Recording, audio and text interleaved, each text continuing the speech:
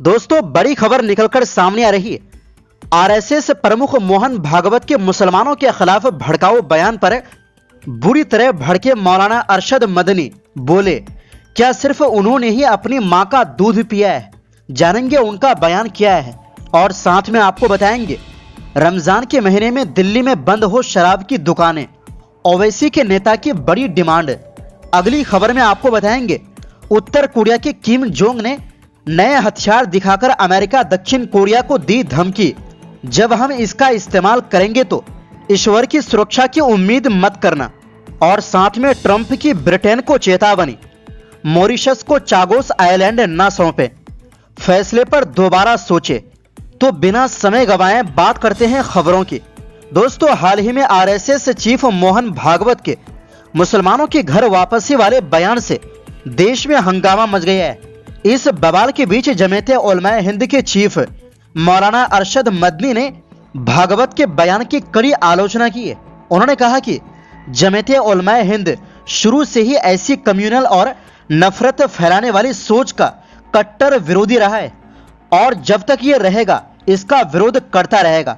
मौलाना एक बयान जारी करते हुए एक्स पर लिखा, 70 साल पहले जो लोग ये बातें कहते थे वो तो पैदा भी नहीं हुए थे, लेकिन आज उनसे कहा जा रहा है कि 20 करोड़ मुसलमानों को वापस लाया जाएगा।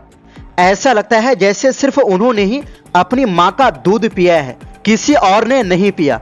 सच तो यह है कि कोई भी आवाज जो देश को तबाही, बर्बादी, अशांति और आपसी दुश्मनी की ओर ले जाए वो देश के प्रति वफादारी की आवाज नहीं हो सकती।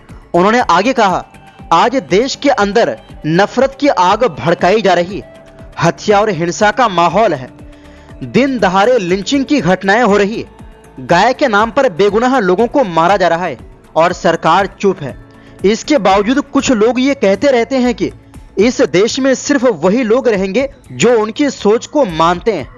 ये सोच न सिर्फ भारतीय संविधान का खुला उल्लंघन है बल्कि देश की एकता, अखंडता और शांति के लिए भी बहुत खतरनाक है।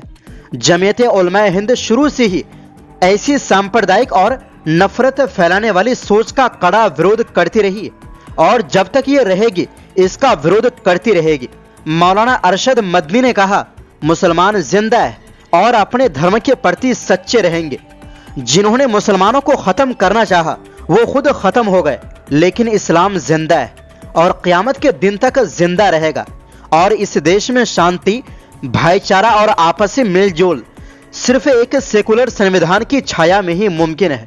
याद रखें, धर्म के नाम पर किसी भी तरह की हिंसा मंजूर नहीं है। सभी धर्म इंसानियत, सहनशीलता, प्यार और एकता का संदेश देते हैं। इसलिए जो लोग नफरत और हिंसा फैलाने के लिए धर्म का इस्तेमाल करते हैं वो अपने धर्म के सच्चे मानने वाले नहीं हो सकते।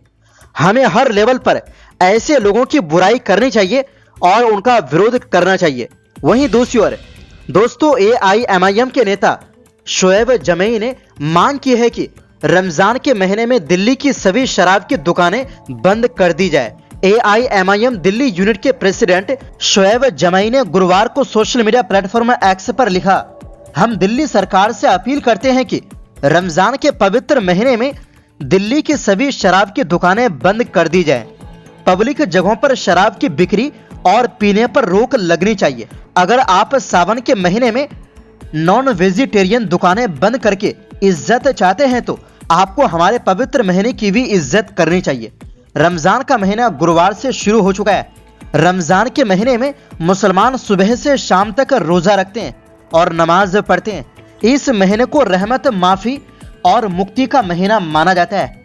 मुस्लिम समुदाय खास तौर पर रमजान के दौरान इफ्तार और सेहरी की परंपरा का पालन करता है। लोग गरीबों को दान देते हैं, तरावीह की नमाज पढ़ते हैं और कुरान पूरी करते हैं। इस महीने में दान और सामाजिक मेलजोल पर जोर दिया जाता है। प्रधानमंत्री नरेंद्र मोदी ने बुधवार को मुस्लिम समुदाय को रमजान की बधाई दी। उन्होंने सोशल मीडिया प्लेटफॉर्म एक्स पर पोस्ट करते हुए कहा, रमजान मुबारक।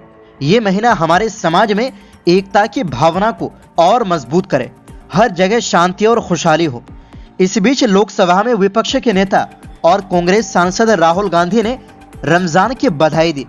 राहुल गांधी ने सोशल मीडिया प्लेटफॉर्म एक्स पर पोस्ट करते हुए लिखा, रमजान मुबारक। ये महीना सभी के लिए शांति, खुशहाली और अच्छी सेहत लाए।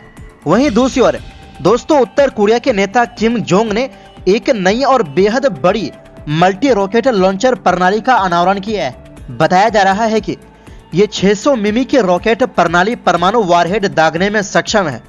एक समारोह के दौरान किम ने इस नई रॉकेट प्रणाली की तारीफ करते हुए कहा कि ये दुनिया में अनोखी है और सटीकता व ताकत के मामले में बैलिस्टिक मिसाइल जैसी ही है।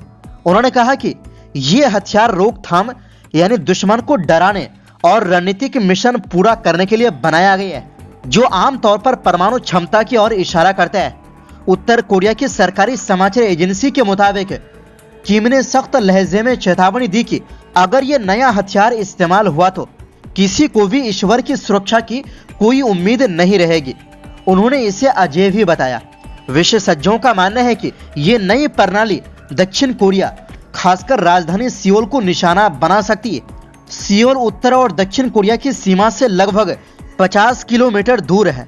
विश्लेषकों के अनुसार ये कदम प्योंगयांग की सटीक हमले की क्षमता बढ़ाने की कोशिश है, जो दक्षिण कोरिया और यूनाइटेड स्टेट दोनों के लिए सीधी चुनौती है।